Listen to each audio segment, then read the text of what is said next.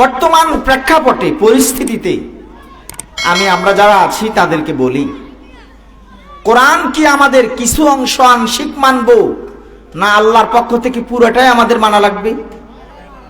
কথা বললেন যেই কয়জন আছেন, কোরআন আমাদের কিছু মানলে ইমানদার হব, না পুরোটাই মানতে হবে? পুরোটা। আর যদি কিছু মানলাম না, আমি মুসলমান হতে পারবো? মুসলমান হতে পারবো। আপনি বলবেন, কই আমি তো মুসলমান হয়ে হাঁটছি, জুমা পড়ছি, রোজাও রাখছি, ঈদের সালাত আদায় করছি, মুসলিম গোরস্থানে দাফন করা হচ্ছে, সব হতে পারে, কিন্তু আল্লাহর আদালতে মুসলমান হওয়ার জন্য কোরআনের একটা নুক্তা, কোরআনের একটি অক্ষরকে অস্বীকার করার কোনো সুযোগ আছে বলেন? কখনো নাই। কিন্তু আজ কিছু বিষয় এমন হয়ে গেছে, আমাদের ওয়াজ মাহফিলগুলো নির্দিষ্ট একটা বিষয়ের উপর হয়ে গেছে। হুজুরদেরকে যেন আমরা বলি, হুজুর আসমানের উপরের জগতের কথা নিয়ে আসবেন, আর মাটির নিচের কথাগুলাকে নিয়ে আসবেন, মাঝে যা কিছু চলে এটা বলা প্রয়োজন নেই। কথা ঠিক কিনা? এমন এক মেন্টালিটি আমাদের হয়ে গেছে। এই হচ্ছে প্রথম অসুবিধা। 2 নম্বর, হুজুর কোরআনের যে আয়াত আমার পক্ষে আসবে, আমি আপনাকে সাধুবাদ জানাই, ধন্যবাদ জানাই, আপনি আমার কাছে খুবই মহামূল্যবান একজন আলেম হুজুর, আমি আপনাকে স্যালুট করব, থ্যাংক ইউ দিব, আপনি আমার পক্ষের কথাগুলা কোরআন থেকে বলেছেন। কিন্তু আল্লাহ না করুক, এমন একটা অবস্থান হয়ে গেছে যে যেই কথাগুলা কোরআনের আমার স্বার্থের বিরুদ্ধে আসে, আমার গায়ে লাগে, আমার পরিবারের গায়ে আসে, আমার দলের গায়ে আসে, আমার সংগঠনের গায়ে আসে, তখন হুজুর আপনার মতো খারাপ আমার কাছে আর কেউ নাই। কথা ঠিক কিনা বলেন? আজ প্রতিটা জুমার খুতবার খতিবদের আলোচনাগুলো সীমাবদ্ধ হয়ে গিয়েছে শুধু সুবহানাল্লাহ, আলহামদুলিল্লাহ আর নামাজের ফজিলতের ওয়াজে। কিন্তু দেখা গেছে দিন দিন মা বোনদের বেফরদিগি বেড়েই চলছে, সুদ যারা খায় তাদের খাওয়া বেড়েই চলছে, কোরআনের প্রতি অবমাননা, অনাস্থা যাদের আছে তাদের বেড়েই চলছে। কথাটি কিনা বলেন? আপনি বলবেন যে হুজুর এটা আবার কেমন কথা, আমরা সবাই তো কোরআনকে মানি। আমি উদাহরণ দিয়ে বুঝাই। আল্লাহ তাআলা বলেন, السارق والسارقة فاقطعوا أيديهما السارق والسارقة, যদি কোনো পুরুষ চুরি করে, যদি কোনো মেয়ে লোক চুরি করে, চোর আর চুরুনি, আগে বলেছেন কার কথা? চোরের কথা। আগে বলছেন কার কথা? এরপরে কার কথা? চুরুনি। কেন?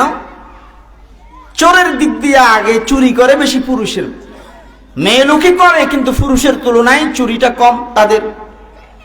এজন্য আল্লাহ তাআলা বলেন, আস-সারিকু ওয়াস-সারিকাতু, প্রত্যেক যে সমস্ত পুরুষগুলো চুরি করবে, প্রত্যেক যে সমস্ত নারীগুলো চুরি করবে, আল্লাহ তাআলা বলেন আমি আকাশ থেকে বিধান দিয়ে দিচ্ছি, ফাকতাউ আইদিয়াহুমা, ওদের হাত কেটে দাও। চুরির অঙ্ক যদি 10 দিরহাম সমপরিমাণ বা তার বেশি হয়, ডান হাতের কবজি কেটে ফেলে দাও।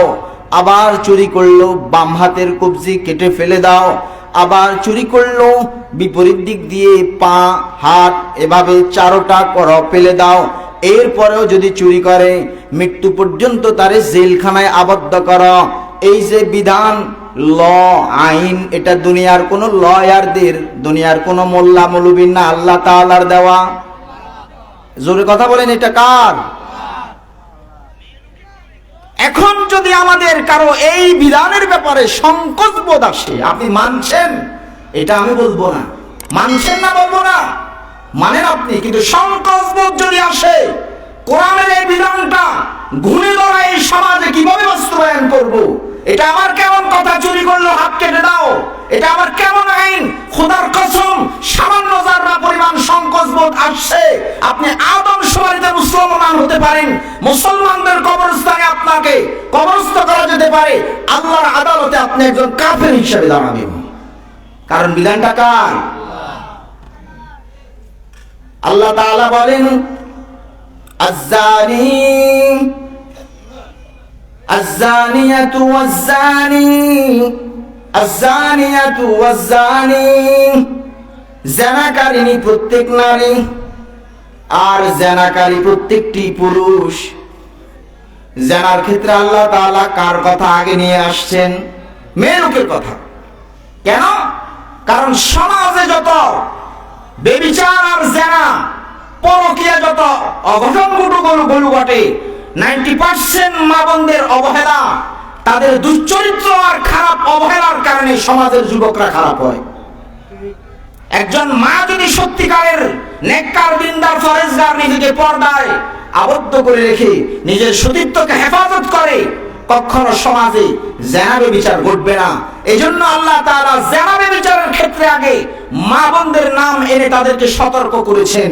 তুমি আগে সতর্ক হও, তাহলে যুবকরা এমনিতে সতর্ক হয়ে যাবে।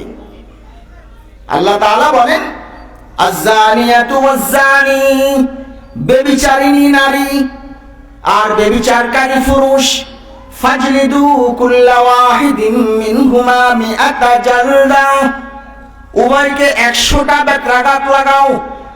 তাদের শরীরের অবকাঠামো, স্বাস্থ্য, গঠন প্রণালী, শক্তি সব লক্ষ্য করে বেতটাও তেমন নির্ধারণ করো, মারের আঘাতগুলো ঠিক তেমনই ভাবে দাও যাতে না মরে যায়, ভবিষ্যতের জন্য শিক্ষা হয়ে যায়।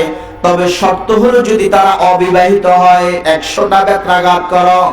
এই যে আইন, এটা দুনিয়ার ব্রিটিশদের, বলেন এটা ব্রিটিশদের আইন, এটা দুনিয়ার কোন নাস্তিক, মুরতাদ, বেঈমান, ইমানদার, মোল্লা, মৌলবী কারো আইন না, এটা একমাত্র আরশওয়ালার বিধান। বলেন কার বিধান?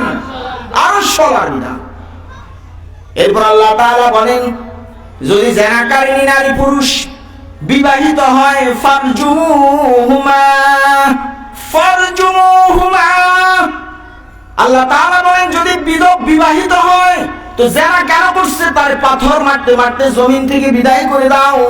ওর আমার জমিনে বেঁচে থাকার অধিকার নাই। বিয়ে করছে, বউ আছে, স্ত্রী আছে, তারপরেও কেন জিনা করলো? মেয়ে লোক, স্বামী আছে, এরপরেও কেন ব্যভিচার করলো? আমার সূর্য, আমার চাঁদের বাতাস, আলো খাওয়ার তার অধিকার নাই। এই যে আইনটা, এটা কার? কারণ দিলে যদি সংকোচ বোধ আসে সামান্য যাররা পরিমাণ, আমি নির্দিষ্ট কোন দলের নাম নিব না, কোন রাজনৈতিক কথাও এখানে বলবো না, যেই ক্ষমতায় যান দেশ চালান, কিন্তু হানসাব যারা করেন, বিচার যারা করেন সমাজের কোণের চেয়ারগুলো যারা দখল করে আছেন, বুকে হাত রেখে আমাকে বলুন তো দেখি, আরশে আজিমের মালিক যদি হাসরের মাঠে আপনাকে জিজ্ঞাসা করে চন্দ্র আমার, সূর্য আমার, আকাশ আমার, বাতাস আমার, কোরআন দিয়েছি আমি, কোরআন অনুযায়ী তোমাকে বিচার করার জন্য, সালিশ করার জন্য, দরবার করার জন্য, তুমি পশ্চিমা নাস্তিক মুরতাদদের বিধান দিয়ে সমাজ পরিচালনা করেছ, আল্লাহর কাছে কি জবাব দিবেন? ঠিক করেন জবাব। কথাটি কিনা বলেন? আমাকে বুঝানোর প্রয়োজন নাই, রাষ্ট্রকে বুঝানোর প্রয়োজন নাই, রব্বে করিমকে কি জবাব দিবেন?